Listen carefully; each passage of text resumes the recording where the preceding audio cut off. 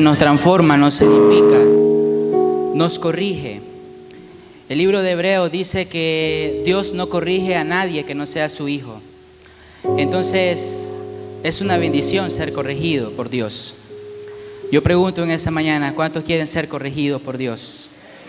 Incline su rostro, vamos a orar. Padre, en el nombre de Jesús te damos gracias en esta mañana porque tenemos una vez más, Dios, la oportunidad de poder meditar en tu palabra, sabiendo, Señor, que cada día que pasa necesitamos más y más conocer de ti, Señor. Y hoy disponemos nuestros corazones y nuestras mentes para poder entender y comprender, Señor, lo que tú quieres hablar a nuestras vidas. En el nombre de Jesús, Señor, toma el control de este tiempo. Toma el control de los corazones de mis hermanos, Señor. Y no permitas que este día, Dios, salgan de esa puerta de la misma forma en la que vinieron. Permite, Señor, que ellos puedan ir bendecidos y transformados a través de tu palabra. En el nombre de Jesús te lo pedimos. Amén y amén. Quizás usted nunca escuchó hablar de William Hunt Jr., un norteamericano muy famoso por allá en el año 1933. Dice una historia que un día William Hunt Jr. iba saliendo de su oficina y cuando él iba a subirse a su auto, lo interceptó otro carro con 4 hombres y lo tomaron a fuerza y lo obligaron a subir al carro de ellos. Obviamente se trataba de un secuestro. Aquellos 4 hombres pensaron que habían hecho el crimen perfecto. Nadie los había visto, nadie sabía nada de su identidad. Ellos habían planeado por mucho tiempo aquel atraco y lo habían logrado con éxito. Pero en ese tiempo, en el año 1933, el FBI de los Estados Unidos, un órgano de inteligencia, empezó a usar una técnica muy interesante. Ellos descubren que el cuerpo humano expulsa aceite natural. Todo nuestro cuerpo, a través de nuestros poros, expulsa aceite. Entonces, todo lo que nosotros tocamos con nuestras manos, de una u otra manera, aunque muchas veces no es visible por nuestra vista, dejamos un rastro. Y usando un polvo de nitrato de plata, ellos encuentran que en el carro de William habían dejado las huellas digitales de los captores. Y inmediatamente, a las pocas horas de haber sido secuestrado, este hombre fue liberado. En los Estados Unidos hay el banco más grande de huellas digitales que puede haber en el mundo. Todos los ciudadanos de los Estados Unidos están registrados con sus huellas. En Estados Unidos también está el banco más grande de la suela de zapatos que pueda fabricarse en el mundo entero. De la misma manera, la llanta de los vehículos. También hay un banco de huellas de la llanta de los vehículos. El punto es, hermano, que todo lo que nosotros tocamos y hacemos deja un rastro, deja una evidencia. Y en nuestra vida espiritual, en nuestra vida cristiana, de la misma manera como en la vida secular y en la vida física, también dejamos un rastro, una evidencia. Todo lo que usted hace, todo lo que usted habla, todo lo que usted mira, todo lo que usted gira alrededor de usted, tiene una consecuencia y alguien lo está mirando. Entonces, hermanos, la pregunta y la meditación de esta mañana es, ¿estamos nosotros actuando de una forma correcta como cristianos? ¿Cuál es el rastro que estamos dejando? ¿Cuál es la evidencia que estamos dejando como seres humanos en nuestra sociedad, en nuestra comunidad, en nuestra familia, en nuestra iglesia? ¿Es un rastro bueno o es un rastro malo? Todo lo que nosotros hacemos tiene una consecuencia. Y para ver esto bíblicamente vamos a estar meditando en la carta del apóstol Pablo a los Efesios, capítulo 5, versículo 1 al 14, posiblemente el 16. Efesios capítulo 5, versículo 1 al 14. Cuando se fundó la iglesia de Efesios, para entrar un poquito en contexto, lo hizo Pablo cuando iba de regreso hacia su ciudad y en su posterior viaje misionero se estableció en Éfesos y ahí estuvo por 3 años predicando el Evangelio de una forma exitosa. Y una característica de la carta del apóstol Pablo a los Efesios, que la hace diferente a las demás cartas, es que Efesios es una carta de ánimo, de fortaleza, de prevención. Pablo no aborda ningún tema para exhortar ni regañar a los efesios. Sin embargo, lo hace para animarle y darle fortaleza. Ese es algo muy interesante que nos puede servir cuando meditemos este pasaje. No estaba regañando. Pablo, en todos los sentidos, cuando escribió a los efesios, lo hizo para exhortar y para animar, para dar fortaleza. Y eso hace que la carta de Efesios sea muy bonita y muy interesante. Leamos Efesios capítulo 5 entonces, versículo 1 al 14 o 16.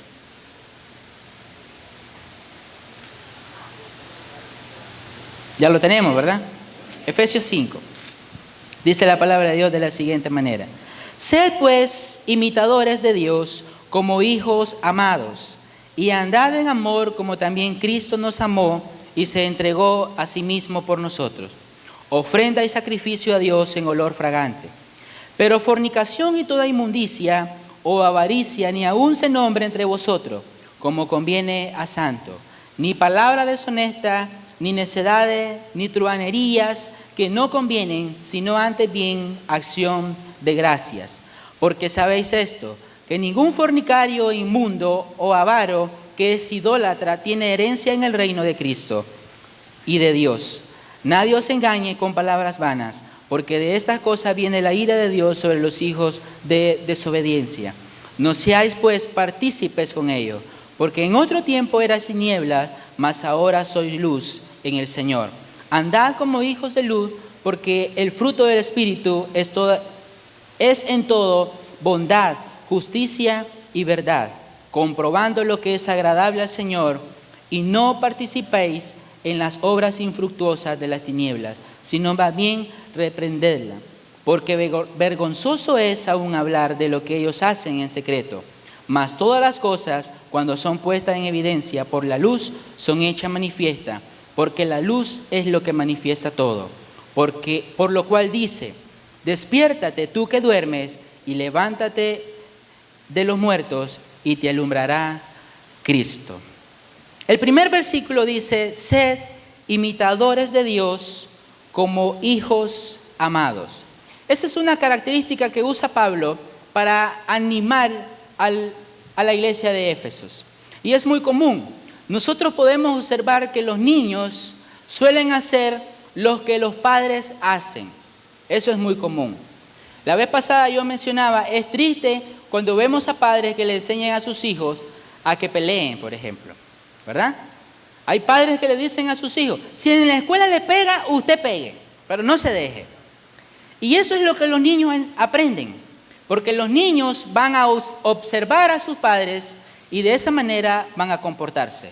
Pablo dice: sean imitadores de Dios como hijos suyos.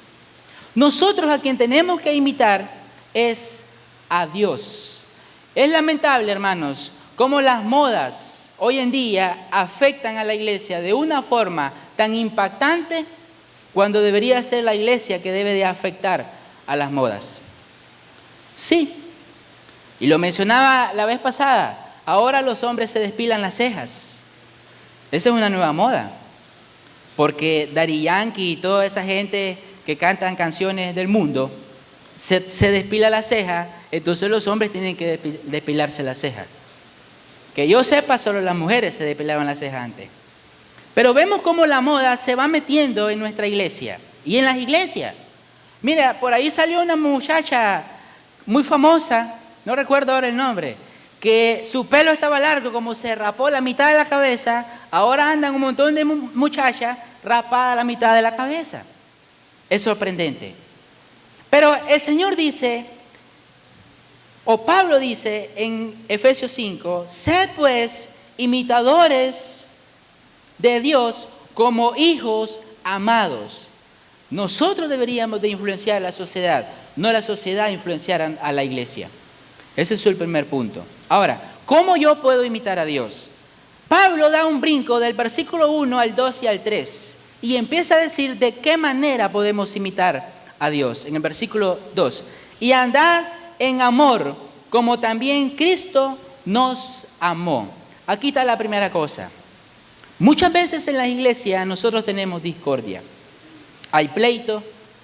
Empezamos a hacer bando. Aquí se sienta un bando. No estoy diciendo que eso pase en nuestra iglesia. Hablo en la iglesia en general. Pero también puede pasar. Tenemos esa característica, los seres humanos, de crearnos enemistades, de empezar a pelear, discutir, y no le hablo. Miren, una vez escuchaba a un misionero que contaba de siempre una anécdota sobre la discordia. Dice que estaba en una reunión de pastores y empezaron a pasar una lista donde se tenían que anotar. Y el pastor que estaba delante de la fila del misionero le dice el otro que estaba atrás: hey, hermano, hágame un favor, pásale el papelito al que está allá al frente de donde mí. Pero ¿y por qué no se lo pasa a usted? Si está más cerca que yo. Es que no le hablo. Y era un pastor. Pero es sorprendente, hermanos, que aún dentro de la vida cristiana, aún dentro de la iglesia, nos encontramos que hay personas y hay corazones que tienen raíces de amargura y no son como hijos amados. No viven en amor. Y el vivir en amor no quiere decir que no vamos a pelear o no vamos a diferir en algunas cosas, a ser diferentes. El punto es que cuando yo discuto o peleo, tengo que tener la humildad para ir y pedir perdón. Pero es que yo no tuve la culpa, no importa. Usted tiene la responsabilidad espiritual y cristiana de ir y pedir disculpa o pedir perdón. Entonces Pablo dice lo primero: ¿cómo podemos ser imitadores de Dios? Andando en amor, como también Cristo nos amó. Y aquí está la otra característica. ¿Cómo nos amó Cristo? El Señor no dijo: ay, este desgraciado de Douglas, sin vergüenza ni modo, voy a morir por él. Yo no creo que esas palabras puedan estar en la boca de Jesús. Al contrario de eso: pobre mi hijo amado, por él voy a morir en la cruz. Jesús entregó su vida por amor a usted y por amor a mí. No le importó lo que usted haga, no le importa lo que usted piense, no le importa lo que usted sienta. Él se entregó hace 2000 años aproximadamente por amor a usted y por amor a mí. Y así, dice Pablo, debemos de amarnos unos a otros. ¿Cómo mostramos el amor? Cuando amamos a nuestro prójimo. Miren, una de las áreas en la familia donde más se dan problemas, por ejemplo, en las suegras y nueras. Ay, Dios mío, guerra eterna es eso, ¿sí o no? Porque la suegra se mete mucho, porque la nuera no le lava la ropa al hijo como debería lavársela. Y siempre hay discordia en eso. Usted se va a encontrar que hay discordia, y conozco familias que se han agredido brutalmente por problemas tan sencillos como eso. Entonces dice Pablo: seamos imitadores de Dios, amándonos unos con otros. Y lo otro que dice es: así como Cristo es cabeza de la iglesia, la cual es su cuerpo, y Él es su Salvador. Así, estoy leyendo otro versículo. En el versículo 3 dice: pero fornicación y toda inmundicia o avaricia ni aún se nombre entre vosotros como conviene a santos. La iglesia de Efesios, como lo mencioné hace un momento, era una de las pocas iglesias que menos problemas le dio a Pablo como misionero. Era una iglesia bien portada, si pudiera decirse así. Pero entonces es interesante cómo Pablo advierte sobre un tema que es muy sensible. Lo fue hace 2000 años atrás aproximadamente, y lo es hoy, y creo yo es aún mayor el peligro que corre la iglesia con respecto al tema de la fornicación. La fornicación es tener relaciones sexuales fuera del matrimonio. Hermanos, vivimos en una sociedad, en una cultura que cada día se vuelve más sexual. Usted prende el televisor y usted se va a encontrar con imágenes que lo va a inducir a sexo. Revisa su correo electrónico y de repente le aparece ahí alguna invitación a ver algo indebido. Pero ese es el mundo en el que se está viviendo. Y muchas veces, aún en la iglesia, la fornicación es visto como algo tan normal. Lo engañó, está bien, que lo perdone y ya, se acabó. Pero Pablo advierte de una forma tajante y muy enérgico. Dice en el versículo 3, pero fornicación y toda inmundicia ni aún se mencione entre ustedes. Es decir, ni por la cabeza que se les pase. Y más adelante él menciona por qué. En el versículo 6, y nadie os engañe con palabras vanas, porque por estas cosas viene la ira de Dios sobre los hijos de desobediencia. Ahora, mira algo interesante aquí. Los hijos de desobediencia no son los hijos de Dios. Los hijos de desobediencia son los hijos que han decidido seguir a Satanás y al pecado. Y mire cómo Pablo hace una distinción. Dice, y nadie os engañe con palabras vanas, porque por estas cosas viene la ira de Dios sobre los hijos de desobediencia. Usted no es un hijo de desobediencia. Desde el momento que aceptó a Jesús como su Salvador, usted se convirtió en un hijo de Dios y dejó de ser un hijo de desobediencia. Hay una diferencia. Ya no puedo ser igual que antes. Ya no puedo pelear como peleaba antes. Ya no puedo ser grosero como lo era antes. Al contrario, si antes era amoroso, ahora tengo que serlo más. Estaba comentando con un hermano un día de esto.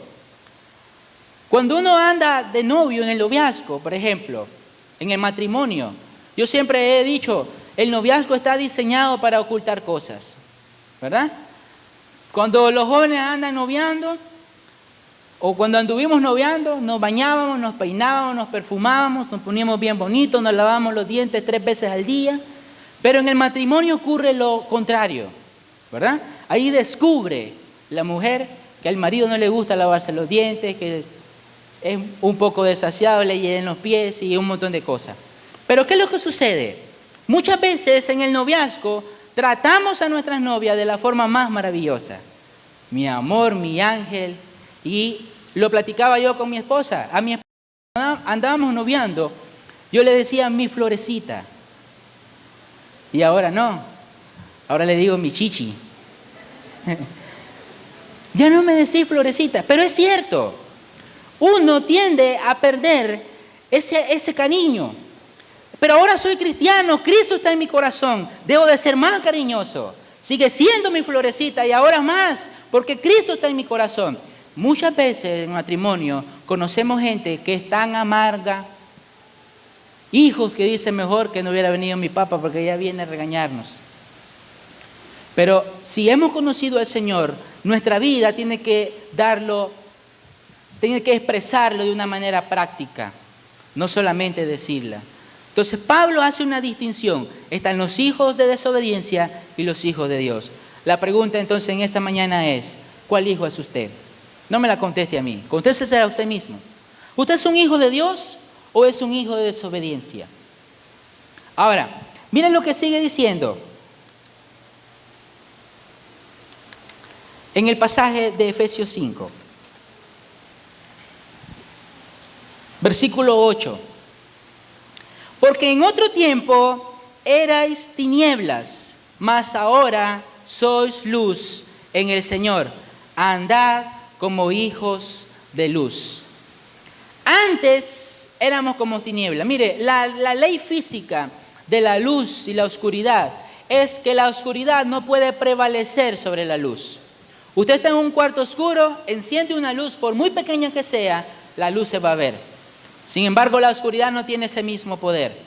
Donde hay luz no puede haber oscuridad. De hecho, se dice que la oscuridad no existe, sino que la oscuridad es más que ausencia de luz. No tiene una existencia.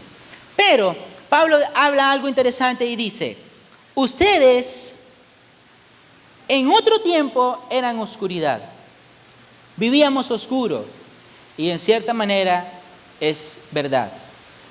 Peleábamos, discutíamos, éramos los más arrogantes, tendíamos a discutir de una forma horrible. Nos encantaba a algunos varones andar con 1 o 2 mujeres. Pero, dice Pablo, ahora hay una transformación. Aquí lo dice, en el versículo 8. Mas ahora sois luz Es decir, no es que la oscuridad se apagó un poquito, y este es el punto donde quiero llegar, sino es que ahora, dice, sois luz. Mire bien la conjugación que hace Pablo. Antes ustedes andaban en tinieblas. Yo no era la tiniebla, andaba en medio de la tiniebla. Ahora habla con una mayor propiedad. Sois luz, son luz. La tiniebla puede hacer que no desaparezca, pero como yo soy una luz, ahora yo estoy iluminado. Tengo iluminación a mi alrededor. ¿Se da cuenta entonces, hermanos? ¿Qué es lo que ocurre muchas veces? Nosotros no somos luz, sino que hemos apagado un poquito la oscuridad, pero no la dejamos que se apague completamente. Y Pablo empieza a mencionarlo de una forma maravillosa. Mire, hay una famosa historia, una historia persa. Dice que un rey una vez mandó a hacer un jardín hermoso cerca de su castillo. Y cuando él estaba terminando, hizo una fuente, porque él quería que en medio del jardín hubiera una fuente con una especie de pila donde se pudiera almacenar perfume. Y ordenó que todo el imperio trajera un poquito de perfume que tuviera en su casa. Y de esa manera iban a llenar toda la tina de perfume. Entonces llegó el tiempo que tenían que llegar el perfume. Todo el mundo llegaba y empezaba a echar el perfume. Cuando pasó el último, sucedió algo inédito. Sucede que el jardín no olía ningún perfume. ¿Y qué pasó? Empiezan a investigar. Y es que todos los del imperio pensaron, perfume es muy caro. Yo no voy a llevar perfume, voy a llevar agua. Y empezaron a engañar al rey y llevaban agua. La fuente había sido hecha con un propósito, era para que oliera. Pero como nadie echó perfume, era imposible que eso sucediera. Hermanos, lo que nosotros hacemos deja un rastro. La forma en que nosotros nos comportamos en nuestra sociedad, en nuestra casa, en nuestra familia, en la universidad, en el colegio, en nuestra comunidad, deja un rastro, ya sea un rastro positivo o un rastro negativo. La forma en la que nosotros estamos comportándonos tiene que impactar nuestra sociedad. El día de ayer nos comentaba el pastor Carlos Torres, que nos daba una clase sobre las cartas de Pablo. Y él decía, es increíble que ahora hay un montón de gente en la iglesia que canta, que adora, que sirve a Dios, pero está robando luz, está robando agua, está robando internet. Es increíble. Eso es normal. Y me decía otra vez alguien, y es cierto, si Unión Fenosa roba, que tienen reales, porque no voy a robar yo que soy pobre. Esa es la mentalidad que muchas veces nos lleva nuestro contexto actual. Pero debemos entender que nosotros que somos cristianos, que hemos decidido entregar nuestros corazones a Dios, a Jesús, hemos sido transformados, hemos sido edificados, y por tanto toda esa conducta que nos arrastra a separarnos cada vez más de Dios, tiene que desaparecer de nuestras vidas y tiene que venir una conducta nueva. Entonces la pregunta es, ¿cómo estamos comportándonos? ¿Cuál es el rastro que estamos dejando? ¿Estamos sirviendo a Dios de la mejor manera? ¿Queremos ser instrumentos por Dios? ¿Servir a Dios? Cuando Pablo en Hechos capítulo 19, versículo 1 al 20, llegó a predicar el evangelio a Éfeso precisamente, dice la Biblia que impactó tanto la sociedad, impactó tanto a la comunidad de la predicación de Pablo, que Demetrio, que era un platero que fabricaba estatuillas de la diosa Diana, se preocupó porque las ventas se le habían bajado. Empezó a reunir a todos sus colegas y creó un motín en contra de Pablo, porque decía que Pablo estaba causando y destruyendo la economía de ellos y también a la diosa Diana. Hermanos, la predicación del evangelio, la iglesia tiene que impactar la sociedad de una forma que provoque que la gente se preocupe. Que la gente diga, yo quiero ir a esa iglesia, a la iglesia Cuerpo de Cristo, porque yo quiero ser como es Él. Que no diga, para ser como ese, que es de la Cuerpo de Cristo, mejor no soy nada. ¿Qué prefiere usted? Yo prefiero que la gente diga, ¿dónde queda su iglesia? Porque yo quiero ser como usted. Yo prefiero que la gente diga, yo quiero conocer su iglesia, porque yo quiero hacer lo que usted está haciendo. Pero ¿qué ocurre muchas veces? No estamos dejando un buen rastro por donde nosotros vamos. No estamos marcando, no estamos impactando nuestra sociedad. No estamos impactando nuestro entorno. Pablo exhorta a los efesios. Y Pablo exhorta de una forma maravillosa. Lo que Pablo está diciendo aquí, una conclusión, es: tengan cuidado de no caer en el pecado. Porque el pecado paraliza. El pecado destruye, paraliza la obra. Y lo menciona precisamente en el versículo 11 al 14. Y no participéis en las obras infructuosas de las tinieblas, sino más bien reprendedlas, porque vergonzoso es aún hablar de lo que hacen en secreto. Miren, sucede que una vez andábamos por ahí paseando en algún lugar, andamos con un grupo de pastores y nos encontramos ahí a una pareja de unos hermanos que eran de la iglesia que conocíamos. Pero resulta que esa pareja no eran pareja, no era matrimonio, no tenían ningún vínculo, pero andaban juntos en un malecón, en una área sola. Y cuando nos miran, ¿saben qué hicieron? Se escondieron. Entonces me dice uno de los pastores que estaba ahí, que no era muy chismoso: quedémonos para ver qué hacen. Y ahí se quedaron escondidos, no salieron. Yo pregunto, cuando uno anda haciendo algo bueno, ¿se esconde? No se esconde. Yo me voy a esconder cuando ando haciendo algo malo. Dice Pablo, es vergonzoso hablar lo que ellos hacen en secreto. Da vergüenza. Da vergüenza muchas veces hablar de lo que los cristianos hacen en secreto. Hermanos, la luz nos descubre. La luz no nos hace perfecto. Decir que yo soy una persona de luz, o como Pablo lo menciona, que yo soy luz, no estoy diciendo que soy perfecto. Lo que estoy diciendo es que como estoy en una luz, puedo verme que soy perfecto. Puedo verme que soy imperfecto, perdón. Puedo ver mis defectos. Puedo ver que en mi corazón todavía siento algo que me está desviando de la presencia de Dios. Cuando yo estoy en la luz, puedo entender que no soy perfecto y que necesito de Dios para cambiar. Que necesito de Jesús para ser transformado, que todavía hay algo en mi vida que necesita ser edificado. Pero si estoy en oscuridad no voy a poder ver eso. Es difícil. Por esa razón Pablo dice, ahora ustedes son la luz.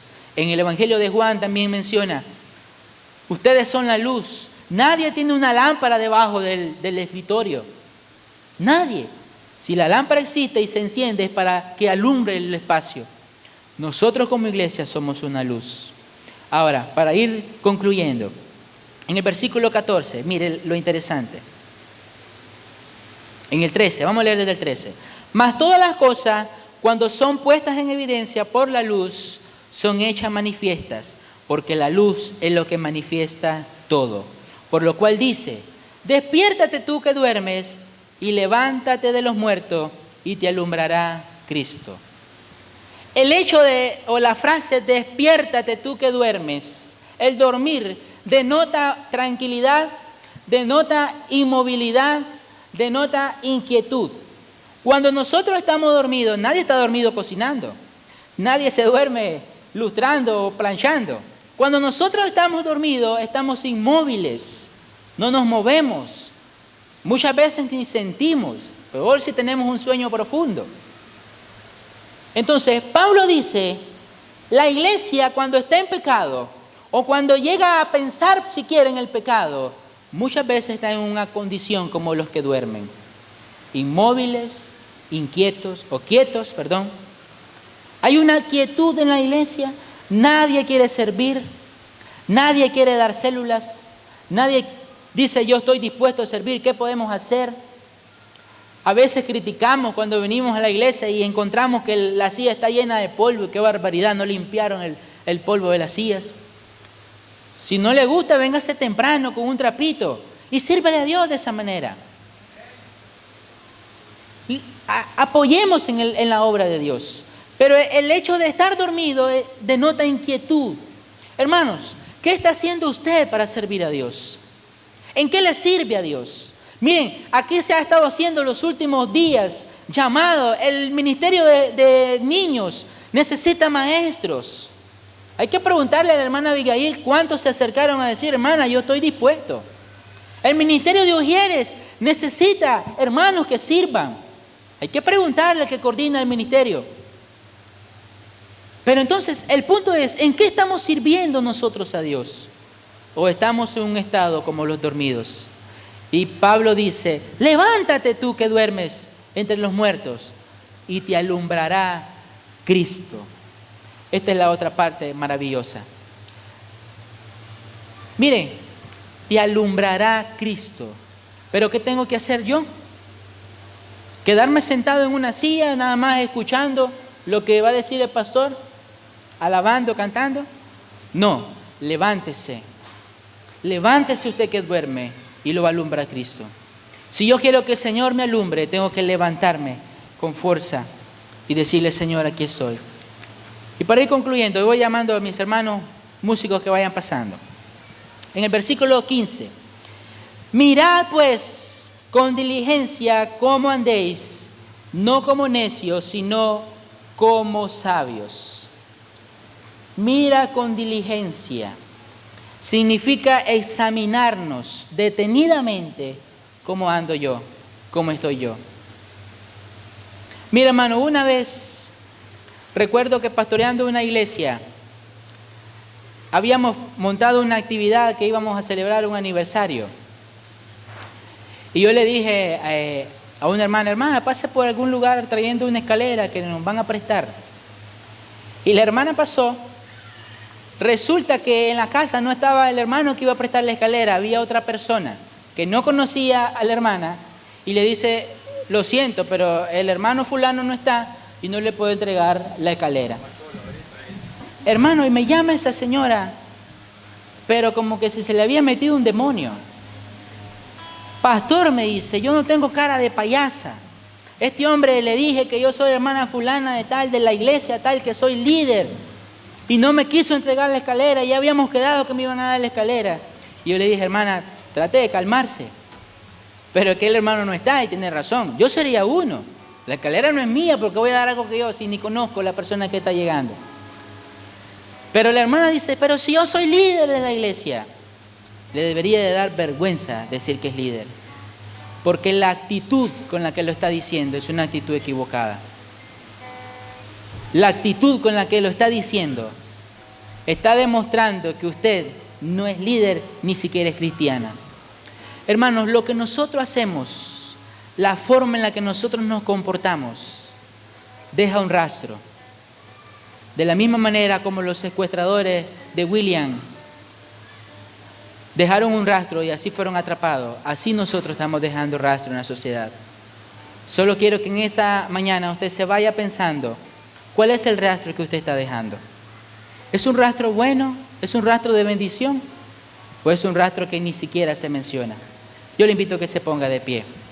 ¿Habrá en esa mañana alguien que quisiera decirle al Señor, yo quiero que tu luz me alumbre? Alguien que no ha recibido al Señor Jesús como su único y suficiente Salvador y quisiera en esa mañana venir a los pies del Señor y decirle, Señor, yo quiero ser un hijo tuyo. Yo quiero ser transformado. ¿Habrá alguien en esa noche que quisiera reconciliarse con el Señor y quisiera decirle, Señor, yo quiero ser un hijo de luz? Yo quiero ser luz en la oscuridad. ¿Habrá alguien que pueda levantar su mano? Yo quiero orar por usted. ¿Hay alguien en esa mañana? Aquí viene una hermana. Ahora yo hago otro llamado.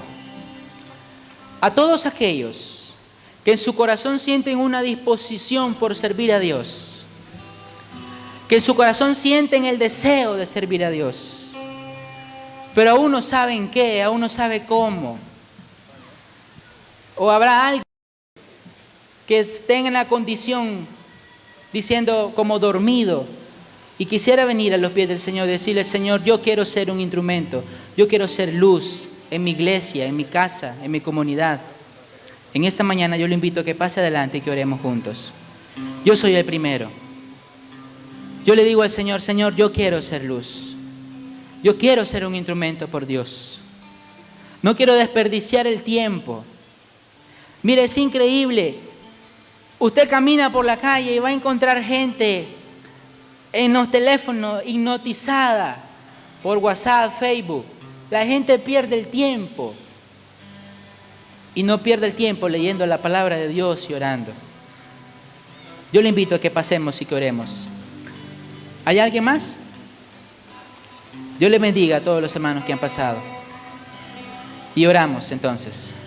Padre, en el nombre de Jesús, en esta mañana te damos gracias, Señor. Gracias, Padre, porque un día estuvimos en oscuridad. Porque un día, Señor, fuimos abatidos, apaleados, Señor, por el pecado. Y por sentimientos en nuestros corazones y pensamientos en nuestras mentes que nos desviaban y nos separaban de ti, Señor. Pero ahora, Dios, hoy tenemos la oportunidad de acercarnos a tu presencia y poder hacernos hijos tuyos, Señor, con el hecho de creer que tú, Jesús, eres nuestro Salvador y eres nuestro Redentor. Perdona nuestros pecados, Señor. Perdona, Señor, todo pensamiento impuro que pueda haber en nuestra iglesia. Transforma nuestra iglesia, Señor. Edifica nuestra iglesia. Padre Santo, en el nombre poderoso de Jesús oramos y pedimos para que el mundo entero, Señor, a nuestra alrededor, nuestra sociedad, nuestra comunidad, nuestra familia, Señor, empiece a haber un cambio, Señor, efectivo y real en nuestra forma de comportarnos. Señor, perdónanos porque muchas veces en vez de ser de bendición, Señor, hemos sido causa de la desviación de muchos. Pero hoy, Señor, hoy venimos a ti.